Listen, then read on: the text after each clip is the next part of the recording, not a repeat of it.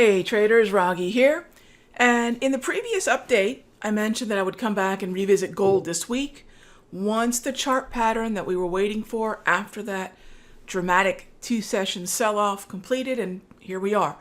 So oftentimes you will hear me talk about inside days or haramis, inside candles. They all mean the same thing.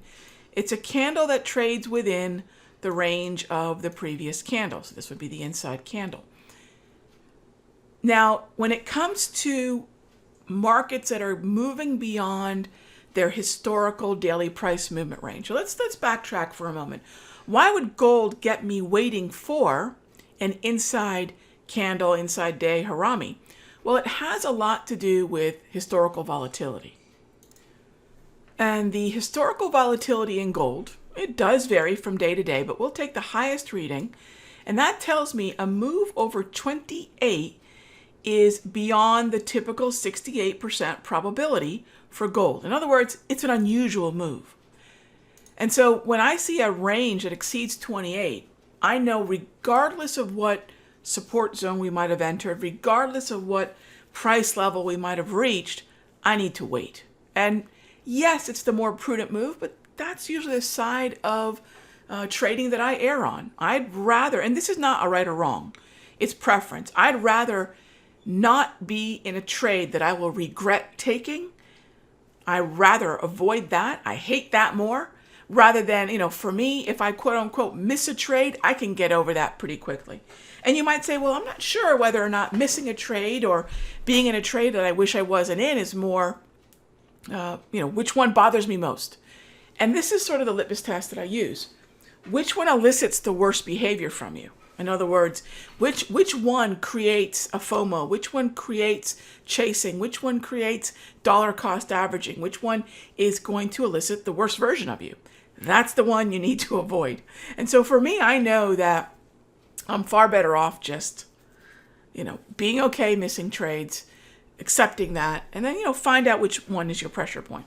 All right, so what I try to do is measure the historical volatility, wait for the pause candle, which comes by way of two patterns, either a minor low or an inside day. This one was an inside day. So if you recall the update where I said, hey, let's wait for that pattern, the pattern actually confirmed as gold traveled higher through 1740.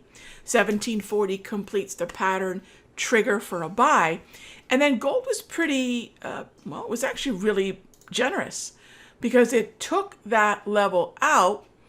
And then right in here, I've switched from a daily to a 5-minute chart here, and you'll notice it came back to that level, giving us an aggro entry.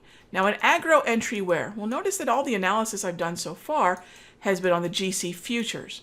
Now, this is where I say choose your own adventure. You've got to use the GC futures, but then you could say to yourself, well, I'll go grab the GLD ETF, or I will grab the MGC Micro gold futures contract.